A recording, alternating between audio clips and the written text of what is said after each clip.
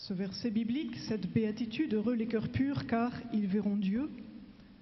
Et nous allons faire le lien entre cette béatitude et le fait que Marie, à Lourdes, se présente comme étant l'Immaculée Conception. Il s'agit pour nous, en continuant à progresser dans ce monde de la grâce, de grandir encore dans la pureté de cœur, cette pureté qui nous donne de voir Dieu, on en reparlera. Alors, évidemment, ceux qui étaient à la veillée hier soir l'ont compris aussi, nous ne sommes pas dans la même situation que la Vierge Marie au départ. Elle est l'Immaculée Conception et d'elle seule, nous pouvons dire cela.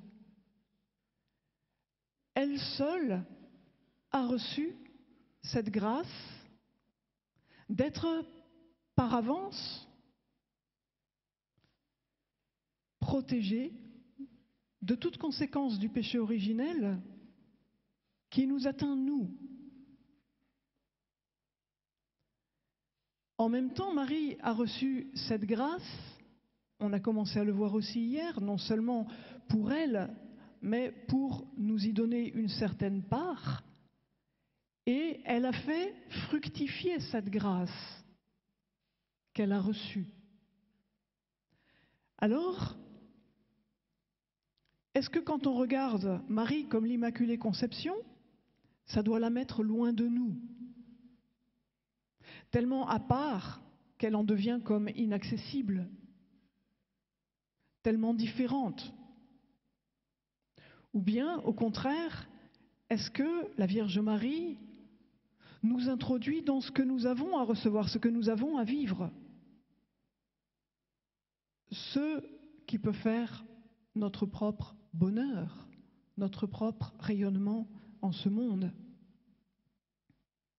Je voudrais commencer par regarder à quoi correspond la pureté de cœur dont nous parlons.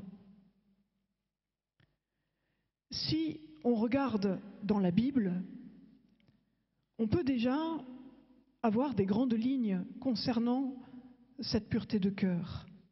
La notion biblique de pureté et donc aussi d'impureté est intéressante. Pour faire simple, on pourrait dire que bibliquement, être pur, c'est être exempt de souillure, exempt de faute. Autrement dit, s'abstenir du péché, s'abstenir de toute complicité avec le mal. C'est une première manière de voir la pureté et elle a sa justesse, bien sûr, c'est vrai. Mais en même temps, dans l'Écriture sainte, on voit que être pur, c'est encore plus et encore mieux que ça. Être pur de cœur, ça va signifier aimer Dieu d'abord et toute personne et toute chose en Dieu, selon Dieu, d'une manière ajustée. Si vous voulez, la pureté de cœur, ça va s'opposer au cœur partagé, qui aime Dieu ou prétend aimer Dieu, en même temps qu'il s'attache à des choses qui ne sont pas compatibles avec Dieu. Donc la pureté de cœur, c'est de s'attacher à Dieu et de ne pas s'attacher indûment à ce qui ne devrait pas retenir notre cœur. Dans le prolongement, toujours dans la Bible, l'impureté va donc désigner un attachement désordonné, un amour désordonné. Et l'impureté ne va pas d'abord désigner des désordres de caractère sexuel. C'est situé par rapport au fait que Dieu doit être aimé en premier. Dieu mérite d'être aimé en premier. Dieu qui est le bien absolu, le bien véritable, le bien infini, est celui qui devrait gagner l'attachement de nos cœurs pour qu'ensuite toute chose soit aimée à sa juste place en lui. Alors, ça nous fait déjà sortir aussi d'une confusion. Si certains d'entre vous pensent que l'âme, quand même, ça c'est bien, l'âme c'est sain, c'est quelque chose de bien, et le corps serait mauvais, il faut écarter ça tout de suite. Le corps en lui-même n'est pas impur. La sexualité en elle-même n'est pas impure. Le corps est bon.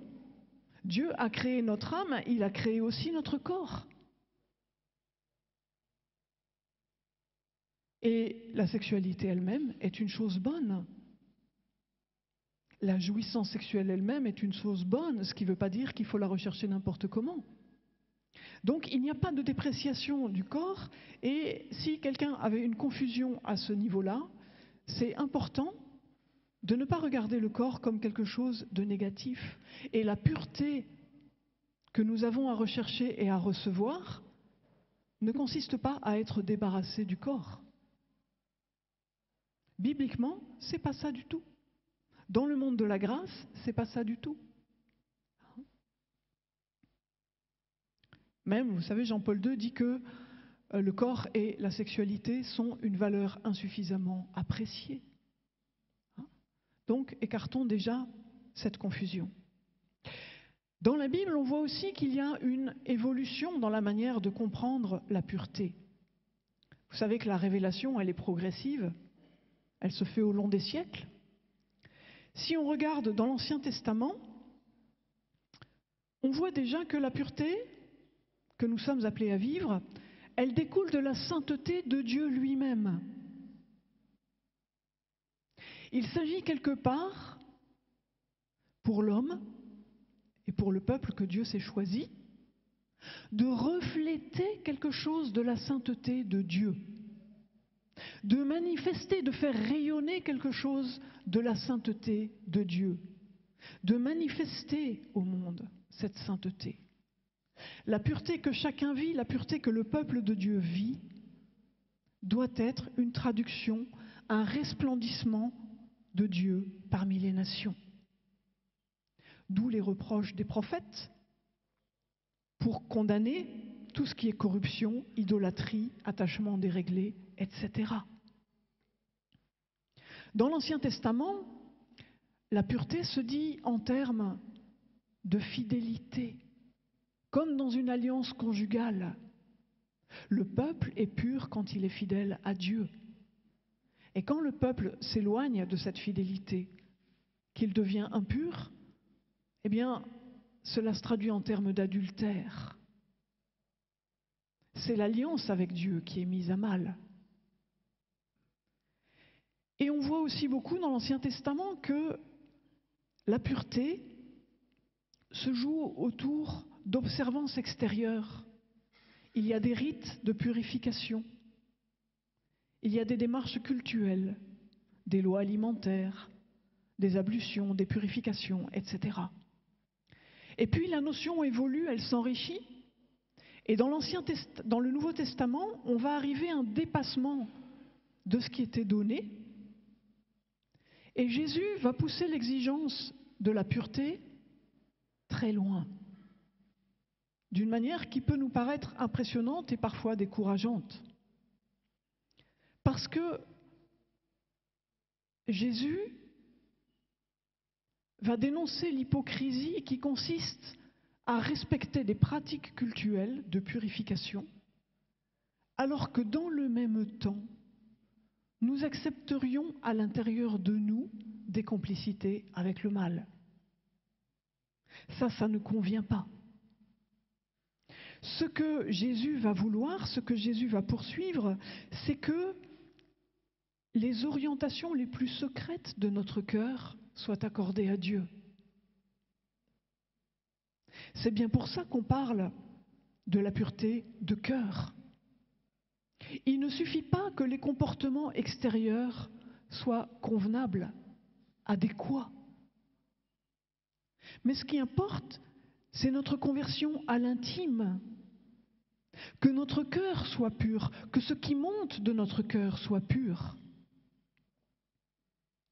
Donc avec Jésus, on est attiré à chercher la purification de ce qui est à la racine de nos actions. Je vous rappelle, dans l'évangile de Marc, au chapitre 14, vous pourrez regarder les versets, chapitre 7, les versets 14 à 23. Jésus va dire « Il n'y a rien d'extérieur à l'homme qui puisse le rendre impur en pénétrant en lui. Mais ce qui sort de l'homme, voilà ce qui le rend impur. »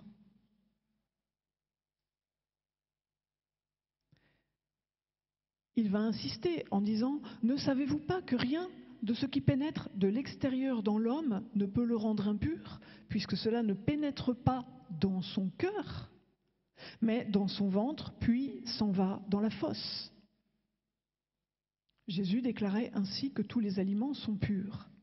Il disait « Ce qui sort de l'homme, c'est cela qui rend l'homme impur. En effet, c'est de l'intérieur, c'est du cœur des hommes que sortent les intentions mauvaises. Inconduite, vol, meurtre, adultère, cupidité, perversité, ruse, débauche, envie, injure, vanité, déraison. Tout ce mal sort de l'intérieur et rend l'homme impur. » Un cœur pur, c'est un cœur qui devient purifié de ses intentions mauvaises. Et ça nous demande de comprendre aussi ce qu'est le cœur dans la Bible. Parce que nous, quand on parle de cœur aujourd'hui, on pense surtout l'affectivité, les sentiments, les émotions. Pour la Bible, le cœur, c'est pas ça. Le cœur va être le lieu où, fondamentalement, je me décide pour ou contre Dieu. Le lieu où je me détermine, le lieu de l'intention, le lieu de la compréhension et le lieu de la décision, de la volonté. C'est ça qui est à purifier. C'est ça qui est à évangéliser profondément. Et c'est pour ça qu'il ne suffit pas que mes attitudes extérieures soient convenables. Nous sommes appelés à être renouvelés jusque dans l'intime de notre être. Voyez. Jésus va aller tellement loin dans son exigence qu'il va même montrer qu'on peut pécher sans avoir posé d'actes extérieurs répréhensibles.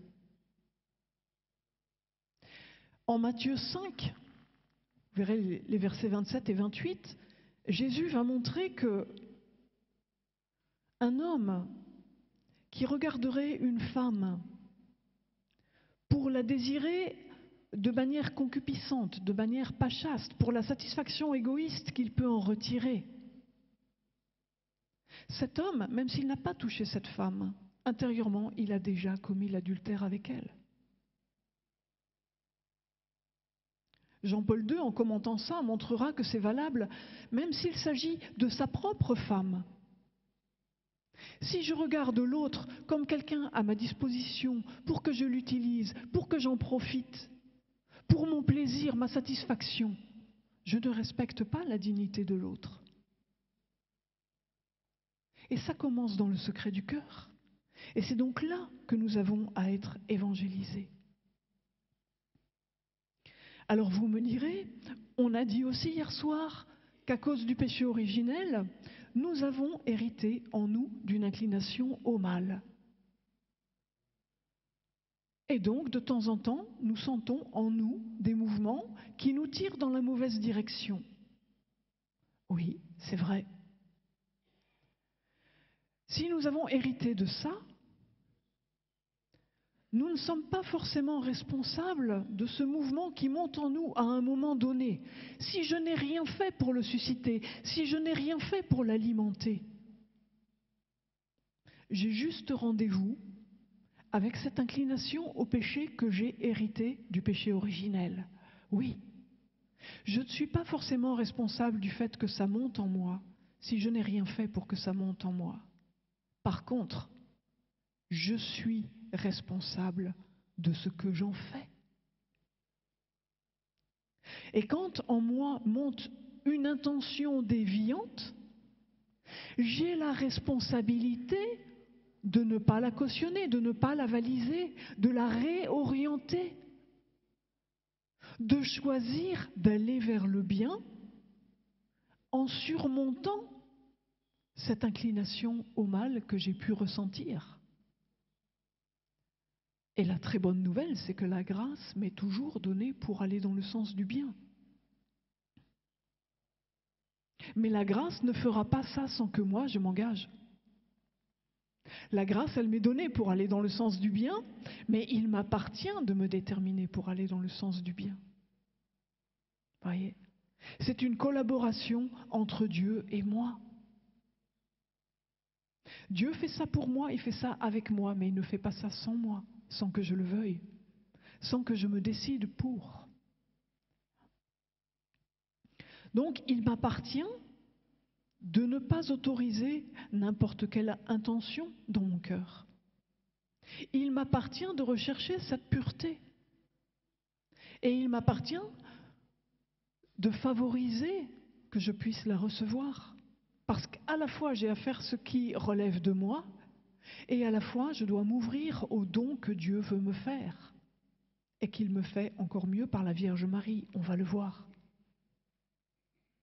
Jean-Paul II dit que le cœur de l'homme est devenu le lieu du combat entre l'amour vrai, l'amour qui veut le bien de l'autre, l'amour désintéressé, et la concupiscence, cette inclination au péché, qui fait que j'ai envie de me servir de l'autre de manière égoïste pour ce qu'il m'apporte, quel que soit le domaine. Donc l'exigence de pureté, c'est que mes intentions soient droites. L'Évangile nous dit, en Matthieu 6, 22, 23, « La lampe du corps, c'est l'œil. Si donc ton œil est sain, ton corps tout entier sera lumineux. Mais si ton œil est malade, ton corps tout entier sera ténébreux. Si donc la lumière qui est en toi est ténèbre, quelle ténèbre ?» Qu'est-ce que ça veut dire ? Ça veut dire que nous devons veiller sur l'orientation de nos intentions. Et que si nos intentions sont pures, si elles sont dans la lumière, alors nous grandissons dans la pureté. Évidemment, on peut se dire que devenir pur de cette manière-là, c'est au-delà de nos forces. Travailler à ce que nos comportements soient droits, c'est déjà beaucoup, c'est déjà très bien. Rechercher ça avec une sincère bonne volonté et avec la grâce de Dieu, c'est déjà super. Et on n'y parvient pas toujours, et en tout cas pas sans difficulté. Alors s'il faut en plus parvenir à ce que nos émotions, nos désirs, nos pensées soient accordés à la sainteté de Dieu, ça peut nous sembler irréalisable. Je vais vous dire, c'est pas faux. C'est pas faux. On pourrait dire comme les disciples ont dit à Jésus. Entendant les paroles de Jésus, ils disaient, si c'est ça, alors qui peut être sauvé ? Qu'est-ce que Jésus répond ? Aux hommes, c'est impossible. Aux hommes, c'est impossible. C'est vrai sous un certain rapport que c'est impossible. Mais Jésus ajoute, mais à Dieu, tout est possible. Et pour faire ça pour nous, Dieu n'attend que notre oui, instant après instant.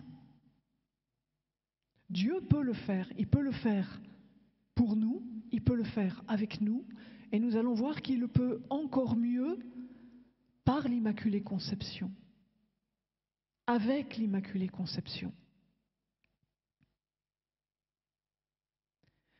Alors pour ceux qui étaient à la veillée hier soir, vous vous rappelez de frère Léon, et vous voyez qu'on peut se sentir bien loin de cette pureté, de manière que ça nous affecte. Parce que cette pureté, on en rêverait, mais on s'en sent trop loin, et parfois désespérément loin.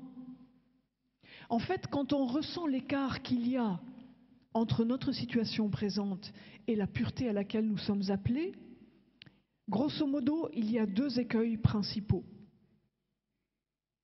Le premier,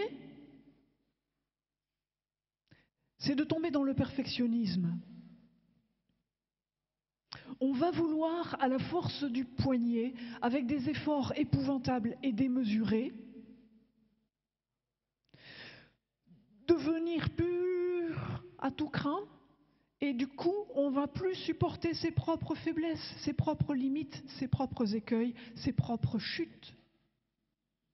Or, nous l'avons vu hier, nous ne pouvons pas éviter tous les péchés, du moins légers. Il nous arrivera encore de tomber. Et si nous nous accusons démesurément à partir de là, nous allons rajouter du mal au mal. Bien sûr que nous devons éviter la complicité avec le mal. Mais, encore une fois, il nous faut être réalistes sur notre situation. Le deuxième écueil qu'on n'aperçoit pas toujours, c'est de dire « Ah, de toute façon, on en est là. La sœur, elle a bien dit qu'on a hérité de cette inclination au péché, alors de toute façon, on va pécher, et de toute façon, c'est comme ça, et on sera jamais pur. » Et alors, on se résigne à une complicité avec le mal, à une complicité avec le péché. Je vous en supplie, ne nous résignons pas. Cette pureté dans laquelle Dieu veut nous attirer, cette pureté qu'il veut créer, recréer, affermir en nous, elle nous est impossible humainement, mais avec Dieu, elle est possible. Ne renonçons pas.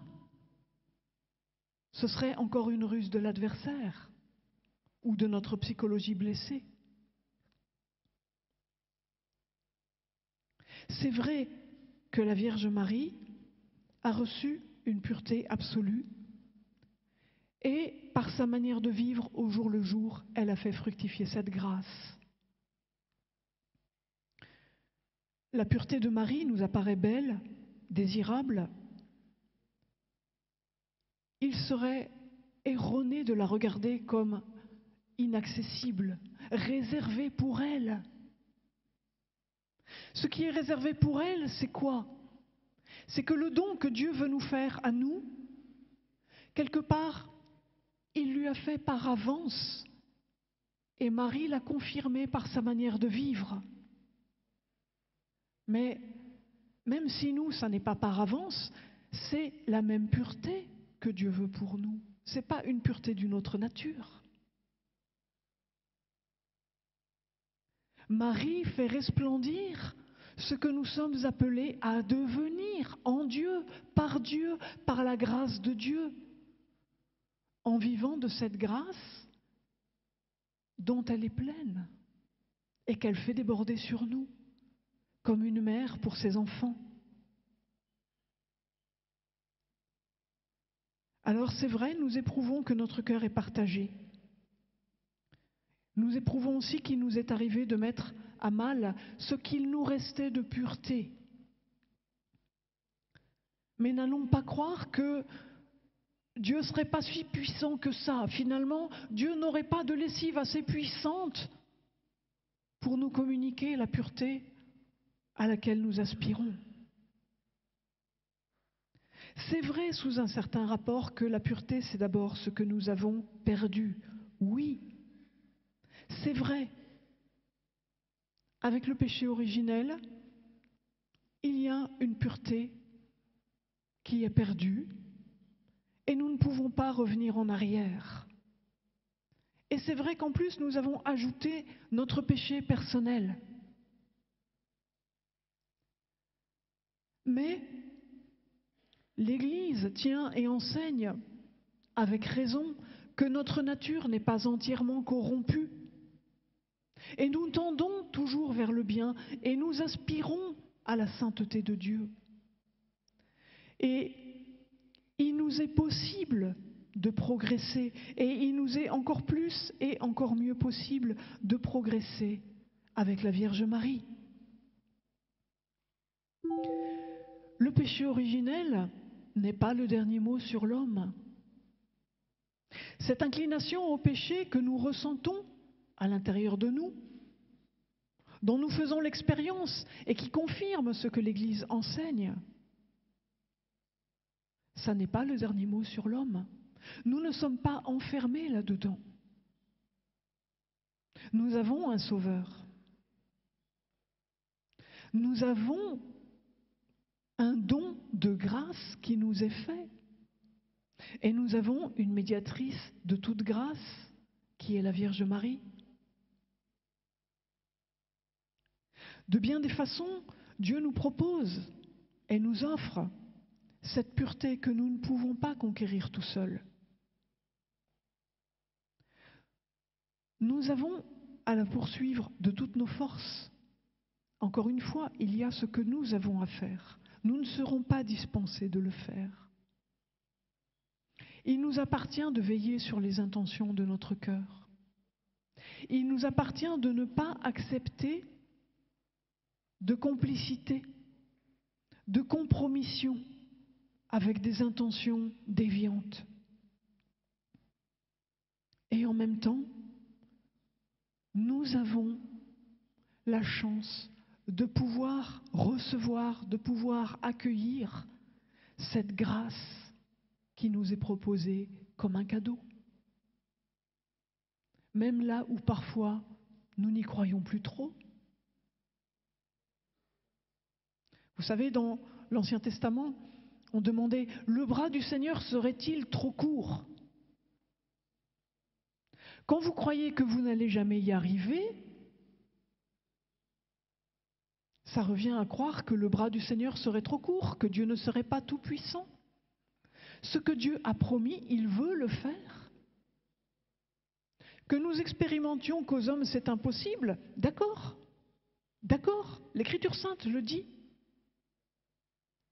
Mais n'allons pas en déduire que Dieu lui-même ne pourrait pas y arriver avec nous.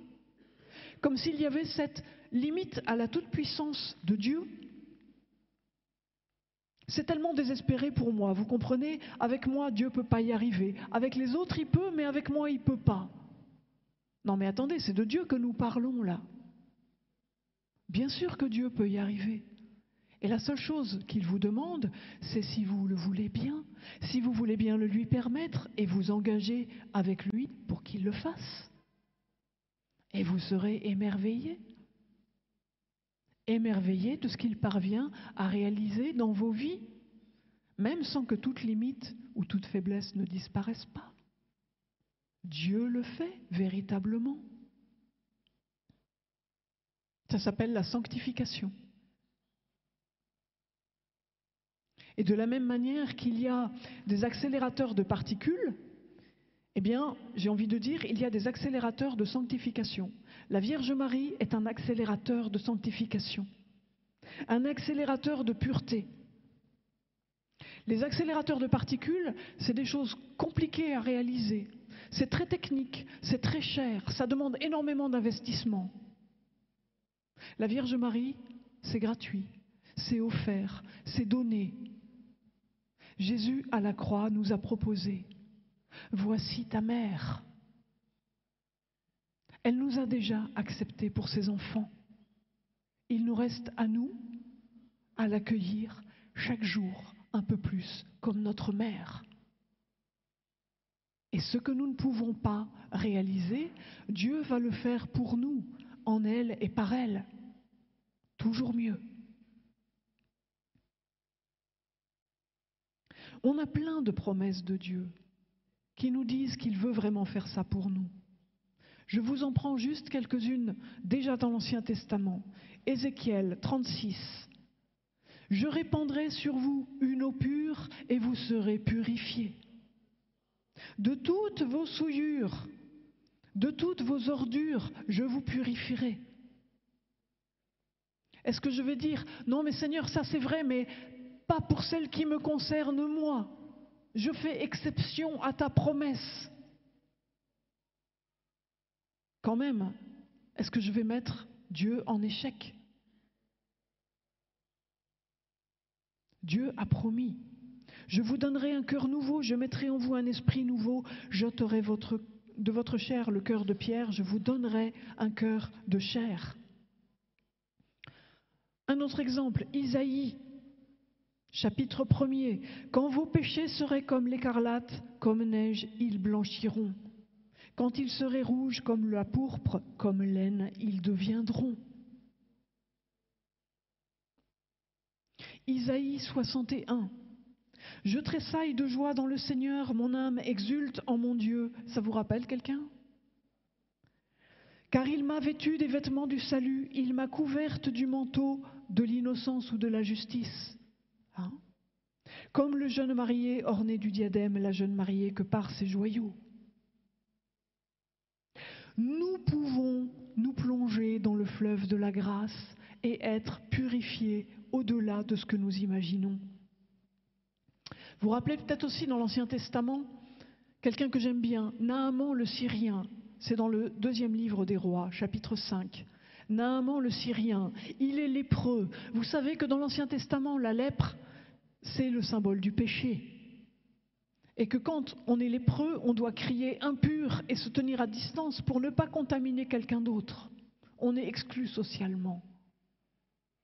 Naaman est lépreux. Et on lui parle d'un prophète en Israël qui pourrait le délivrer de sa lèpre. Un prophète du Dieu d'Israël. Alors Naaman, il y va. Comme certains d'entre nous viennent à Lourdes. Et Naaman, il y va en espérant qu'il va y avoir des super effets spéciaux. Il espère que le prophète va sortir à sa rencontre, qu'il va brandir la main, l'agiter au-dessus de l'endroit malade et qu'il va être délivré de sa lèpre. Et Naaman va être très frustré parce que Dieu ne fait pas comme ça. La pédagogie de Dieu ne s'y prend pas comme ça. Mais le prophète envoie son messager dire à Naaman, va te plonger 7 fois dans les eaux du Jourdain et ta chair redeviendra nette comme celle d'un petit enfant. Alors là, Naaman, pas content. C'était pas sa pédagogie à lui. C'est quoi cette histoire de se plonger dans le Jourdain? Ça ressemble à rien, le Jourdain. Lui, il connaît des fleuves comme l'Abana et le Parpar. Ça, excusez-moi, ça a de la gueule, ça a de l'allure. Le Jourdain, c'est comme un pipi de chat, c'est rien. C'était bien la peine de faire tout ce voyage. Alors Naaman est prêt à repartir. Et là, quelqu'un de futé va dire à Naaman, mais si Dieu t'avait demandé quelque chose de difficile, est-ce que tu ne l'aurais pas fait? Alors est-ce que tu ne peux pas consentir à te plonger dans cette eau qui ressemble à rien, pour y recevoir ta pureté, pour y recevoir ta guérison? Et Naaman va se plonger dans cette eau qui ne ressemble à rien. Il va s'y plonger non pas 1 fois, mais 7 fois. Et sa chair et son cœur vont redevenir nets, vont redevenir purs. Alors c'est super, Naaman avait le Jourdain. Et nous, est-ce que nous avons le Jourdain? Bien sûr que nous avons le Jourdain. Pourquoi nous avons le Jourdain? Nous avons l'eau qui coule du côté transpercé du Christ. Nous avons les sacrements qui nous lavent, qui nous rendent cette pureté dont nous nous sommes éloignés. Nous avons l'Église qui est dispensatrice de la grâce de Dieu parce que Dieu l'a voulu ainsi. Cette Église qui ne paye peut-être pas de mine, mais qui nous donne ce par quoi Dieu nous donne sa grâce. Et nous avons l'Immaculée Conception. Nous avons cette fontaine de pureté qu'est la Vierge Marie. Nous pouvons vivre en elle, nous pouvons nous approcher d'elle, nous pouvons nous laisser relever par elle. C'est ça la bonne nouvelle aussi, c'est que l'Immaculée Conception, qu'est-ce qu'elle fait pour nous? Elle nous immaculise. Elle est l'Immaculée pour que nous ayons part à sa pureté. Elle nous virginise, elle nous purifie. Dieu pourrait le faire sans la Vierge Marie, il est tout-puissant. Dieu a voulu le faire spécialement par elle. Au point que Maximilien Kolbe dira, tout dépend du fait de s'approcher d'elle. Dieu peut le faire de multiples façons, mais il le fait de manière privilégiée, de manière élective, par l'Immaculée. Et nous sommes ici où Marie s'est présentée en disant « Je suis l'Immaculée Conception ». Regardons un peu ce que fait Marie pour nous. C'est fascinant. Première chose, Marie, qui est l'Immaculée, nous rejoint au lieu même de nos souillures. C'est peut-être choquant, c'est peut-être surprenant, peu importe. C'est la pédagogie que Dieu a choisie. C'est ce qu'il nous offre. Il y a de quoi être bouleversé quand nous voyons que, ici, à Lourdes, la Vierge Marie vient nous rejoindre dans le lieu le pire auquel on pouvait penser. Elle ne vient pas dans un palais. Elle ne vient pas dans une église. Elle ne vient pas dans un lieu sanctifié et privilégié. Elle vient où? Elle vient dans un lieu où on accumulait des ordures, des immondices, un lieu où il y avait des cochons. Animal impur par excellence dans la Bible. C'est là que Marie choisit de se manifester. C'est là qu'elle vient nous dire qu'elle est l'Immaculée Conception. Marie nous rejoint là où nous en sommes, aussi bas que nous soyons. Pas seulement en bas de l'échelle sociale, pas seulement avec nos accidents de parcours, nos santé dégradées, mais au lieu même de nos souillures, de nos égarements, de nos turpitudes, de nos complicités avec le péché. Et c'est là qu'elle fait éclore la lumière, sans nous aveugler, en nous apprivoisant à l'éclat de la lumière de Dieu. Dieu ne se résigne jamais à ce que nous fassions notre malheur. Dieu nous a donné d'être libres, il respecte notre liberté, mais il sollicite notre liberté. Et nous pouvons aussi lui dire, comme dans l'Ancien Testament, « Fais-nous revenir, Seigneur, et nous reviendrons ». Notre désir, notre volonté est la grâce de Dieu, qui peut ce que nous ne pouvons pas. Je vous rappelle la promesse de Dieu en 2 Timothée 2, 13. « Si nous sommes infidèles, lui restera fidèle, car il ne peut se renier lui-même. » Je vous rappelle aussi ce que disait Bernanos Sous le soleil de Satan. Quand l'homme se lève pour maudire Dieu, c'est encore Dieu qui soutient l'homme. Quand l'homme se lève pour maudire Dieu, c'est encore Dieu qui soutient l'homme. Il n'est jamais trop tard pour revenir. Il n'est jamais trop tard pour être revêtu de sa grâce. C'est toujours l'heure de la grâce. Alors Marie, parce qu'elle est notre mère, ne cesse jamais de vouloir le meilleur pour ses enfants, quoi que nous ayons fait. Marie vient plonger dans l'épaisseur de notre humanité blessée et défigurée. C'est de là qu'elle veut faire couler la grâce de Dieu sur nous. C'est là qu'elle vient nous inviter à être renouvelés par cette grâce. Si nous craignons d'accueillir Marie au lieu de nos impuretés, au lieu de notre misère, au lieu de nos égarements, de notre péché, peut-être que le premier cadeau que nous pouvons lui faire, c'est de la laisser nous rejoindre là où nous en sommes pour de vrai. Cessez de faire semblant d'en être ailleurs, cessez de faire semblant que nous n'avons pas besoin d'elle et lui dire « Tu sais, j'en suis là, viens, j'ai besoin de toi. J'ai besoin de toi, prends-moi sous ton manteau. Donne-moi cette pureté que j'ai mise à mal. »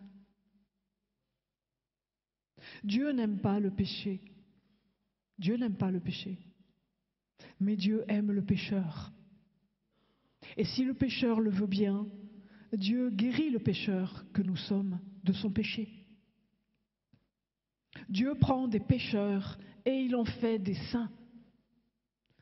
Relisez de temps en temps une vie de saint, vous verrez, c'est ça que fait Dieu. Alors pourquoi il ne le ferait pas avec nous? Pourquoi il ne le ferait pas avec nous? Il veut le faire pour nous. Et il nous a même mis ce désir, cette aspiration. Donc venons à Marie telle que nous sommes, pour qu'elle nous présente à Dieu, pour qu'elle nous communique cette pureté de Dieu que Dieu a voulu faire passer par ses mains pour nous. Deuxième chose que fait Marie, outre qu'elle nous rejoint dans nos souillures, elle nous rend purs d'une manière privilégiée. Elle excelle à ça. Elle nous aide à nous détourner du péché, à nous laisser attirer de plus en plus par la lumière, la sainteté de Dieu, et à en rayonner là où nous sommes placés. À Lourdes, elle nous invite à boire à la fontaine et à nous y laver. Ce qui se passe avec la source, c'est pour nous une belle métaphore. Lors de l'apparition du 24 février 1858, c'est la 8e apparition, Marie appelle à la pénitence et elle demande à Bernadette d'embrasser la terre pour la conversion des pécheurs. Je vous rappelle que la terre que Bernadette embrasse, là, c'est pas un jardin anglais. C'est la grotte aux cochons, aux immondices. Ensuite, le 25 février, et puis le 27, le 28 et le 1er mars, Marie ordonne à Bernadette de manger l'herbe qui se trouve là et de gratter la terre pour faire émerger une source. On n'est toujours pas dans un jardin anglais. C'est toujours pas propre et aseptisé. C'est plutôt rebutant quelque part. Quand Bernadette va gratter la terre, quand Bernadette va faire ce que la Vierge demande, les villageois qui sont là, qui la regardent, la prennent pour folle, pensent qu'elle a perdu le sens. Et qu'est-ce qui se passe? Bernadette fait comme la Vierge a demandé, et l'eau va surgir, d'abord trouble et boueuse, et puis de plus en plus pure. Et dès le 28 février, un premier miracle est constaté. Une femme qui avait une paralysie du bras retrouve l'usage de son bras après l'avoir mis au contact de la source. Et d'autres miracles vont suivre, qui manifestent la guérison des âmes. Les signes que Dieu donne, comme dans la Bible, manifestent ce qui se passe de manière invisible, la conversion des cœurs. Alors Marie se présente aussi le 25 mars, c'est la 16e apparition, comme l'Immaculée Conception. Mais ça aussi c'est intéressant. Vous savez, en 1830, quand elle est apparue à la rue du Bac, elle a demandé que soit frappée une médaille qui disait « Ô Marie conçue sans péché, priez pour nous qui avons recours à vous ». Là, on disait bien qu'elle est conçue sans péché, c'est déjà beaucoup. Mais le père André Doze, un ancien chanoine, fait remarquer qu'ici, elle ne dit pas « je suis conçue sans péché ». Elle dit « je suis l'Immaculée Conception ». Comme pour dire qu'elle a part à l'engendrement des âmes pures. Elle prend part à notre propre enfantement dans le monde de la grâce. Elle dit ça, c'est le 25 mars. C'est l'Annonciation. Marie est mère du Christ et elle est mère des hommes. Elle est mère de l'Église. Nicodème disait, mais est-ce qu'un homme peut retourner dans le sein de sa mère pour renaître d'en haut? Mais oui, nous pouvons, et tout particulièrement ici à Lourdes. Nous pouvons être réenfantés, et réenfantés à la pureté, en Marie, par Marie. Le témoignage des saints est assez unanime à cet égard. Saint Bernard nous dit que si nous sommes troublés par l'énormité de nos fautes, si nous sommes chahutés par les tentations, nous pouvons regarder l'étoile, invoquer Marie et qu'elle nous amènera au port. Maximilien Kolbe dit « Personne ne peut dire qu'il a tout perdu puisqu'il n'a pas perdu l'Immaculée. » Tout est possible. Marie est bien celle qui manifeste que tout est possible à Dieu. Donc nous pouvons accueillir davantage l'Immaculée comme notre maman. Une maman qui nous donne part à sa pureté. Apprendre de Marie. Nous laisser éduquer, nous laisser réenfanter, nous laisser laver. Apprendre à vivre de cette pureté au quotidien, dans l'ordinaire de nos journées. Si je prends une de mes journées et que je me dis, est-ce qu'à chaque moment je peux inviter Marie dans ce que je suis en train de vivre ? Je vais vite repérer ce qui ne convient pas, les choses où j'aimerais pas qu'elle soit là. Mais si j'aimerais pas qu'elle soit là, c'est sans doute que je suis en train de faire quelque chose qu'il vaut mieux pas faire. Si je choisis d'aller à toute chose, à toute situation, à toute personne avec Marie, elle va me donner la grâce de m'ajuster à la pureté de Dieu, à la sainteté de Dieu. Je peux prier Marie, qui est l'épouse de l'Esprit, pour lui demander, mais est-ce que j'ai quelque part une complicité avec le péché, une complicité avec le mal ? Est-ce que je veux bien donner ça à Marie aujourd'hui ? Et si je trouve trop difficile de me séparer de cette complicité avec le mal, est-ce que je veux bien au moins dire à Marie, je te donne mon désir de pouvoir renoncer à ça un jour. Aide-moi à arriver à ce jour. Que je puisse au moins aujourd'hui monter la petite marche qui est à ma portée. Faire ce don-là. Manifester mon désir. Troisième chose, Marie a de l'ambition pour nous. Marie a des ambitions pour nous en termes de bonheur, en termes de sainteté, de pureté. Et la pureté, on l'a vu, c'est pas seulement s'abstenir de ce qui est mal, mais c'est de faire resplendir la sainteté de Dieu dans nos vies, dans l'ordinaire de nos vies. Nous sommes des vases d'argile, oui, mais nous avons reçu un trésor. Et si nous le voulons bien, même nos failles deviennent des lieux où ce trésor peut rayonner un peu plus. Même nos failles deviennent cela. Marie nous enseigne à nous fier à Dieu, à surmonter le doute, la peur, l'incompréhension, l'adversité, les fausses idées que nous nous faisons de la sainteté ou de la pureté. Elle nous aide à nous attacher à Dieu et à être heureux de ce bonheur que Dieu veut pour nous. Le 28 février 58, Marie a dit à Bernadette, « Je ne promets pas de vous rendre heureuse en ce monde, mais dans l'autre. » C'est quoi dans l'autre ? Mais c'est ce monde de la grâce dont nous parlons. Dès cette vie, même s'il y a des tribulations, des souffrances, des persécutions, elles font partie du programme annoncé, alors ne soyons pas surpris. Dès cette vie, même au sein de ça, nous pouvons être heureux du bonheur que Dieu veut pour nous, déjà maintenant et pleinement dans l'éternité. Et là aussi, Marie est une facilitatrice pour nous y introduire. Même quand nous ne nous en rendons pas compte. On peut ne pas s'en rendre compte et que Marie le fasse quand même.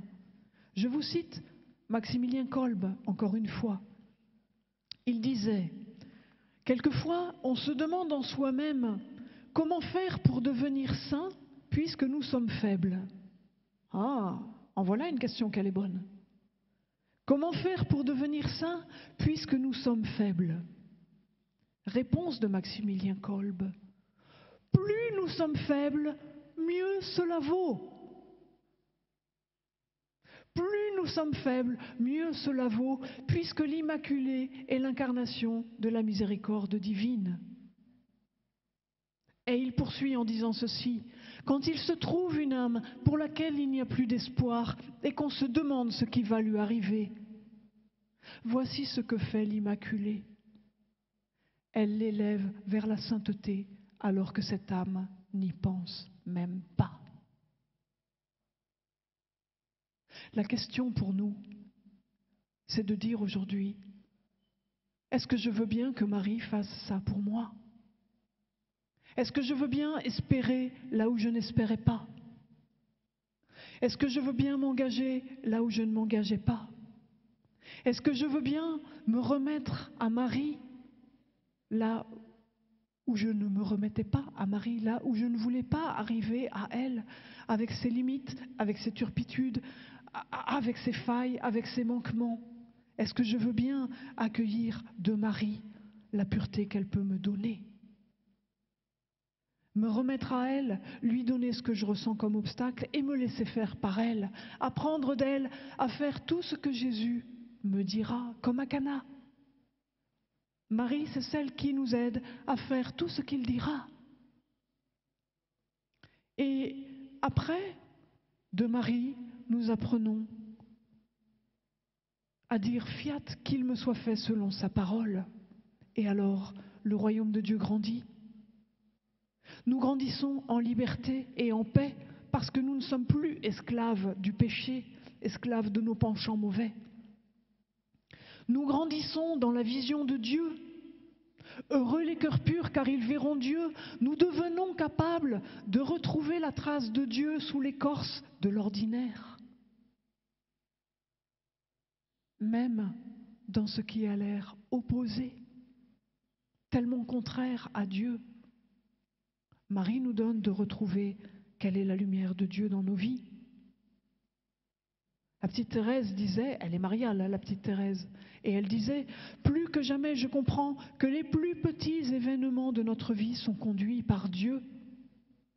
Apprendre à recevoir les plus petits événements de notre vie comme conduits par Dieu, c'est le fruit d'un cœur pur, purifié par l'Immaculée, par la grâce de Dieu à travers l'Immaculée. Alors, remettons-nous comme nous sommes à la Vierge Marie. Quelqu'un disait de la Vierge Marie à Medjugorje, elle ne dit pas le mal que tu as fait, elle dit le bien que tu peux faire. Remettons-nous à Marie pour qu'elle nous apprenne de quel bien nous sommes capables et que ce bien puisse rayonner pour ce monde, pour que la sainteté de Dieu, à travers nos pauvres existences, rayonne davantage en ce monde. Amen.